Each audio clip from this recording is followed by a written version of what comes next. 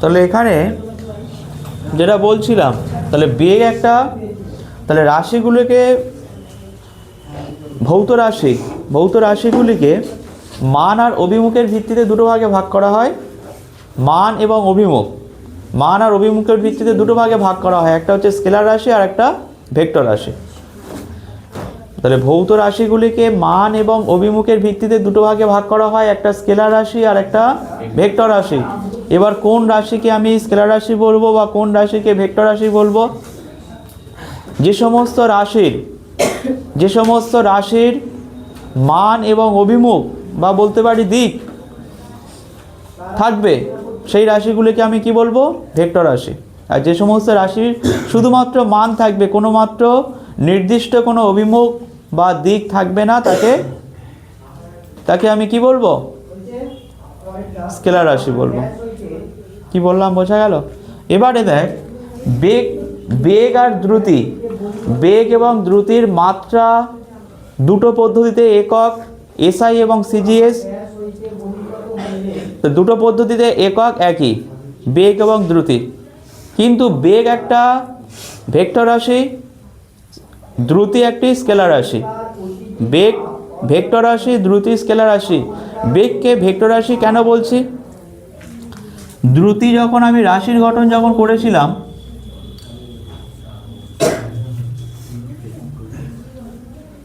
দ্রুতি সমান সমান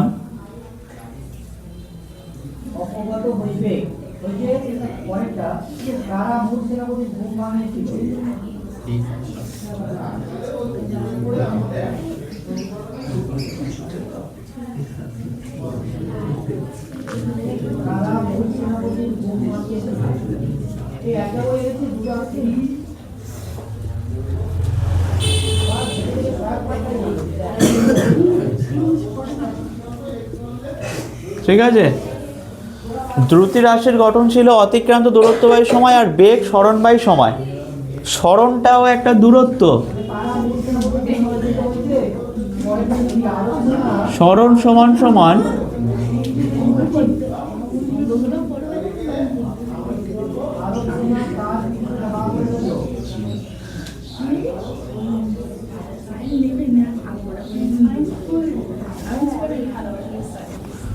সমান সমান সরলরৈখিক দূরত্ব।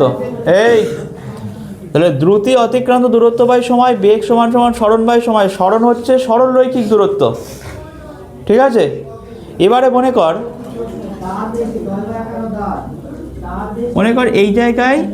এই জায়গাটার অবস্থান হচ্ছে এ। তাহলে এ অবস্থান থেকে আমি মনে কর এই রকম বি অবস্থানে আসবো, ঠিক আছে। এ অবস্থান থেকে বি অবস্থানে আসবো, সে সাইকেলে করে আসতে পারি, হেঁটে আসতে পারি, অন্যান্য গাড়িতে করে আসতে পারি। তাহলে এর জন্য দেখবি একটা পথ আছে,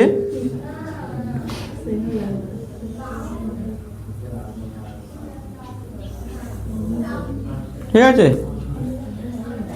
যদি আমি এই রকম পথ দিয়ে বা এই রাস্তা দিয়ে যদি আসি, ভালো করে জিনিসটা বুঝবি। তাহলে এ অবস্থান থেকে আমাকে বি অবস্থানে আসতে হবে। তাহলে এ অবস্থান থেকে যখন আমি যাত্রা শুরু করলাম, এ অবস্থান থেকে যখন আমি রওনা দিলাম, তাহলে এ অবস্থান থেকে রওনা দিলাম মানে কি, তখন এ অবস্থান থেকে এই পর্যন্ত যখন আসছি, এখান থেকে এই পর্যন্ত, তখন দেখ একটা দিকটা কিন্তু চেঞ্জ হচ্ছে না। কিন্তু এই অবস্থানে আসার পরে যখন এই দিকে যখন যাচ্ছি, তখন কি হয়ে যাচ্ছে? দিকটা চেঞ্জ হয়ে যাচ্ছে, ঠিক আছে। এটাকে আমরা কি বলবো? এই এ থেকে একদম পুরো এই পথ পুরোটা, এটাকে আমরা অতিক্রান্ত দূরত্ব বলবো, ঠিক আছে। কিন্তু এ থেকে বি পর্যন্ত যদি আমি এরকম সোজাসুজি যদি যাই, এটা বেঁকে গেল, ঠিক আছে। এ থেকে বি পর্যন্ত একদম সরল রেখা বরাবর যদি যাই, তাহলে কোনো চেঞ্জ হবে না। এটাকেই আমরা কি বলবো? এই পথটাকেই আমরা বলবো সরণ, ঠিক আছে। তাহলে সরণের একটা কি থাকবে? সরণ মানে একটা দূরত্ব, তাই তো। দূরত্বের একটা মান থাকবে, সে 5 কিলোমিটার হতে পারে, 5-10 কিলোমিটার হতে পারে। আবার সরণের একটা কি থাকছে? নির্দিষ্ট অভিমুখ থাকছে, বা নির্দিষ্ট একটা দিক থাকছে। দেখ এ অবস্থান থেকে যখন যাত্রা শুরু করলো এবং বি অবস্থানে যখন এসে পৌঁছালো, তার দিকটা কিন্তু চেঞ্জ হলো না। দিকটা চেঞ্জ হলো কি? কিন্তু এই পথ দিয়ে যখন যাবে তখন কি হয়ে যাবে, তার দিকটা কিন্তু চেঞ্জ হয়ে যাচ্ছে। তাহলে এই পথটাকে আমরা বলবো সরণ। তাহলে সরণের একটা নির্দিষ্ট মান থাকবে, আর কি থাকবে? সরণের একটা নির্দিষ্ট মান থাকবে আর দিক থাকবে, কিন্তু অতিক্রান্ত দূরত্বের কোনো নির্দিষ্ট কোনো দিক থাকবে না, কিন্তু একটা মান থাকবে। কি বললাম, বোঝা গেল? যার জন্য বেগ একটা, বেগ কি নিয়ে তৈরি হয়? সরণ বাই সময়। তাহলে সরণ যেহেতু একটা ভেক্টর রাশি, ওই জন্য বেগও ভেক্টর রাশি। কিন্তু দ্রুতি একটা কি? দ্রুতি একটা স্কেলার রাশি। কেন? কারণ দূরত্ব বা অতিক্রান্ত দূরত্ব একটা স্কেলার রাশি, যার জন্য দ্রুতিও একটা স্কেলার রাশি। তাহলে দ্রুতি আর বেগ এদের মাত্রা এবং দুটো পদ্ধতিতে একক একই, কিন্তু দ্রুতি স্কেলার রাশি, বেগ ভেক্টর রাশি। দ্রুতি স্কেলার রাশি কেন? কারণ দূরত্ব স্কেলার রাশি, যার জন্য দ্রুতি স্কেলার রাশি। কিন্তু বেগ কি নিয়ে তৈরি হয়? সরণ আর সময়। সরণ যেহেতু ভেক্টর রাশি, ওই জন্য বেগও ভেক্টর রাশি। ভেক্টর রাশি হতে গেলে তার মান, এবং মান মানে কি? মনে কর 10 কিলোমিটার, 5 কিলোমিটার, এগুলো মান। ঠিক আছে? বেগের মান আছে, আবার কি আছে? দিক আছে। কিন্তু দ্রুতির শুধুমাত্র কি থাকবে? মান থাকবে, কোনো নির্দিষ্ট দিক থাকবে না। ওই জন্য দ্রুতি স্কেলার রাশি আর বেগ ভেক্টর রাশি। বুঝতে পারলি নাকি?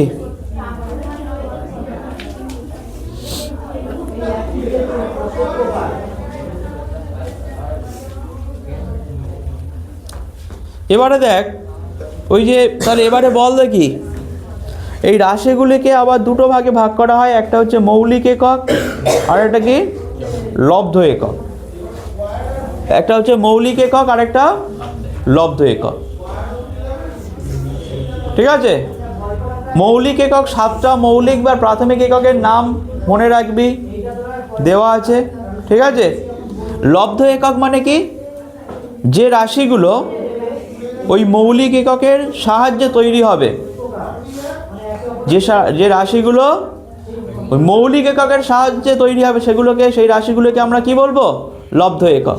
দেখ এখানে দেখ, তাহলে দূরত্ব, দৈর্ঘ্য, ভর, সময়, দৈর্ঘ্য, ভর, সময়, এগুলো সব দৈর্ঘ্য, ভর, সময় এগুলো সব মৌলিক একক।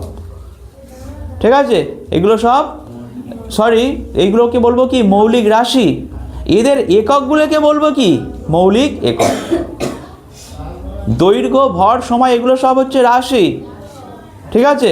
মানে কি? মৌলিক রাশি। দৈর্ঘ্য, ভর, সময়। তাহলে এই মৌলিক রাশিগুলো নিয়ে যে রাশিগুলো তৈরি হবে তাদেরকে কি বলবো? লব্ধ রাশি। 7টা মৌলিক রাশি আছে। ঠিক আছে? আমি দৈর্ঘ্য, ভর, সময় 3টে বললাম।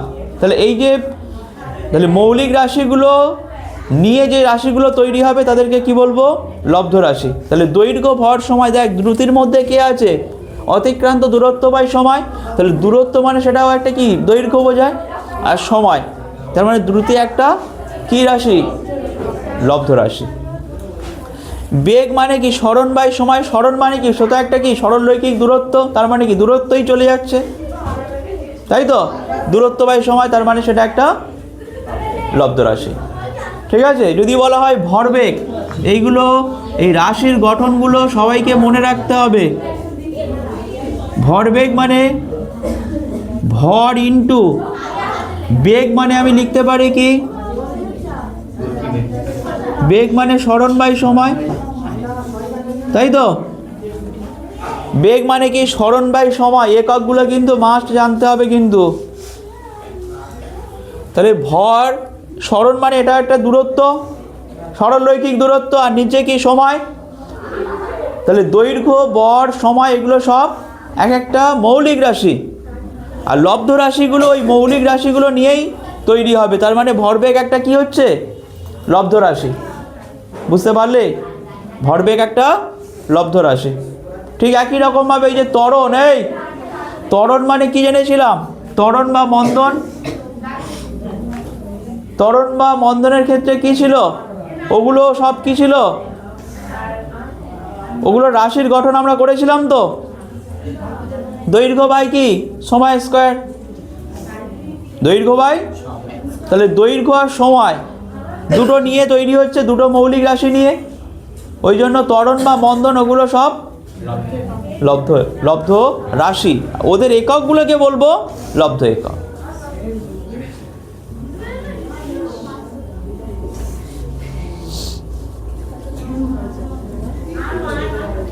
এবারে দেখ যেটা বললাম যে ভেক্টর রাশি হতে গেলে কি থাকতে হবে, মান এবং অভিমুখ থাকতে হবে। ঠিক আছে, ভেক্টর রাশি হতে গেলে মান এবং অভিমুখ থাকতে হবে। কিন্তু কিছু কিছু রাশি আছে যারা কিন্তু ভেক্টর রাশি নয়, যাদের মান এবং অভিমুখ আছে কিন্তু এরা ভেক্টর রাশি নয়। কি বললাম, বোঝা গেল? সেই ভেক্টর রাশি, সেই রাশিগুলোর নাম কি, সেই রাশিগুলোর নাম হবে, একটা হচ্ছে তড়িৎ প্রবাহ মাত্রা। তড়িৎ প্রবাহ মাত্রা, তড়িৎ প্রবাহ মাত্রা মানে কি, যেটাকে আমরা কি বলি কারেন্ট। মনে কর ওই ব্যাটারির পজিটিভ প্রান্ত নেগেটিভ প্রান্ত আমরা জানি। ব্যাটারির পজিটিভ প্রান্ত মানে কি, যেদিকে প্লাস থাকবে, নেগেটিভ প্রান্ত মানে কি, যেদিকে মাইনাস। তাহলে পজিটিভ প্রান্ত থেকে কারেন্ট কোথায় যাবে, নেগেটিভ প্রান্তের দিকে যাবে, তাই তো? মানে উচ্চ বিভব থেকে কারেন্টটা নিম্ন বিভবের দিকে যাবে, পজিটিভ প্রান্ত থেকে নেগেটিভ প্রান্তে। তার মানে তড়িৎ প্রবাহ মাত্রা, তড়িৎ প্রবাহ মাত্রাকে কীরকমভাবে লেখা বলা, মনে কর 10 অ্যাম্পিয়ার, 20 অ্যাম্পিয়ার, এগুলো তড়িৎ প্রবাহ মাত্রার মান। ঠিক আছে, তড়িৎ প্রবাহ মাত্রা মানে কতটা পরিমাণে কারেন্ট প্রবাহ হবে। যদি 10 অ্যাম্পিয়ার লেখা থাকে তাহলে 10 অ্যাম্পিয়ার কারেন্ট প্রবাহ হবে। তাহলে তড়িৎ প্রবাহ মাত্রা, দেখ তড়িৎ প্রবাহ মাত্রার মান মানে কোনগুলো, 10 অ্যাম্পিয়ার 20 অ্যাম্পিয়ার, এগুলো তড়িৎ প্রবাহ মাত্রার মান। তড়িৎ প্রবাহ মাত্রার দিক কোনটা, তাহলে তড়িৎ কোন দিক থেকে কোন দিকে যাবে, পজিটিভ থেকে নেগেটিভের দিকে। তার মানে কি, তড়িৎ প্রবাহ মাত্রার একটা মান আছে, একটা দিক আছে। মান এবং দিক দুটোই থাকার সত্ত্বেও এদের কিন্তু যোগ ভেক্টর যোগের নিয়ম অনুসারে হয় না, যার জন্য তড়িৎ প্রবাহ মাত্রা একটা কী রাশি, ভেক্টর রাশি হতে পারে না। কি বললাম, বোঝা গেল কেন ভেক্টর রাশি হতে পারে না? বুঝতে পারলে? ঠিক একই রকমভাবে চাপ। ঠিক আছে, চাপ মানে দেখ, চাপের সম্পর্ক কি জেনেছিলাম, চাপ মানে কি, বল বাই, চাপ সমান সমান বল বাই ক্ষেত্রফল। চাপ সমান সমান কি ছিল, বল একটা কি ভেক্টর রাশি, বল একটা ভেক্টর রাশি। বলটা কি নিয়ে তৈরি হয়, বল ভর ইন্টু ত্বরণ। ঠিক আছে, ত্বরণ, ভর একটা স্কেলার রাশি, কিন্তু ত্বরণ, ত্বরণ মন্দন, ঠিক আছে, বুঝতে পেরেছিস, এগুলো সব কি ভেক্টর রাশি, যার জন্য বল একটা ভেক্টর রাশি। বুঝতে পেরেছিস? বল সমান সমান ভর ইন্টু ত্বরণ। ভরটা হচ্ছে স্কেলার রাশি, ভর মানে কি 5 কেজি 10 কেজি এরকম বললে হয়ে যাবে। কিন্তু ত্বরণ মানে কি, ত্বরণ মানে কি ছিল, ত্বরণ, ত্বরণ, ত্বরণের ক্ষেত্রে কি জেনেছিলাম, ভর ইন্টু ত্বরণ মানে জেনেছিলাম বেগ বৃদ্ধি, বেগ বৃদ্ধি বাই সময়। ঠিক আছে, বেগ মানে, বেগ বৃদ্ধি মানে সেটা একটা কি বেগের মানকে বোঝাচ্ছে। তাহলে বেগটা কি, বেগটা কি রাশি পেয়ে এলাম, ভেক্টর রাশি। তাহলে বেগ যখন ভেক্টর রাশি হয়ে যাচ্ছে তার মানে কি হচ্ছে, বলও কি হয়ে যাবে, ভেক্টর রাশি হয়ে যাবে।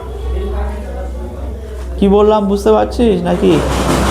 হ্যাঁ, বেগ যেহেতু ভেক্টর রাশি হয়ে যাচ্ছে, ওই জন্য বলও কি হয়ে যাবে, ভেক্টর রাশি হয়ে যাবে। তাহলে যার জন্য তাহলে দেখ এখানে একটা জিনিস দেখ, তাহলে বল তো ভেক্টর রাশি, তার মানে চাপও কি হওয়া উচিত ছিল, ভেক্টর রাশি হওয়া উচিত ছিল, কিন্তু চাপ কিন্তু ভেক্টর রাশি হবে না। তাহলে তড়িৎ প্রবাহ মাত্রা, চাপ, এরা কি স্কেলার রাশি, এদের মান অভিমুখ দুটোই আছে, কিন্তু এদের যোগ ভেক্টর যোগের নিয়ম অনুসারে হবে না, যার জন্য এরা স্কেলার রাশি। কি বললাম বুঝতে পেরেছিস? হ্যাঁ, আর একটা জিনিস মনে রাখবি, যে দ্রুতি, বেগ, এদের মাত্রা, একক সব একই, কিন্তু এরা একটা স্কেলার রাশি আর একটা ভেক্টর রাশি। ভেক্টর রাশির গঠনটা দেখ আলাদা, বলতে এটা দূরত্ব আর এটা সরণও একটা দূরত্ব, কিন্তু সরলরৈখিক দূরত্ব, কিন্তু এর মান আর অভিমুখ দুটোই আছে, কিন্তু এর নির্দিষ্ট কোনো অভিমুখ নেই।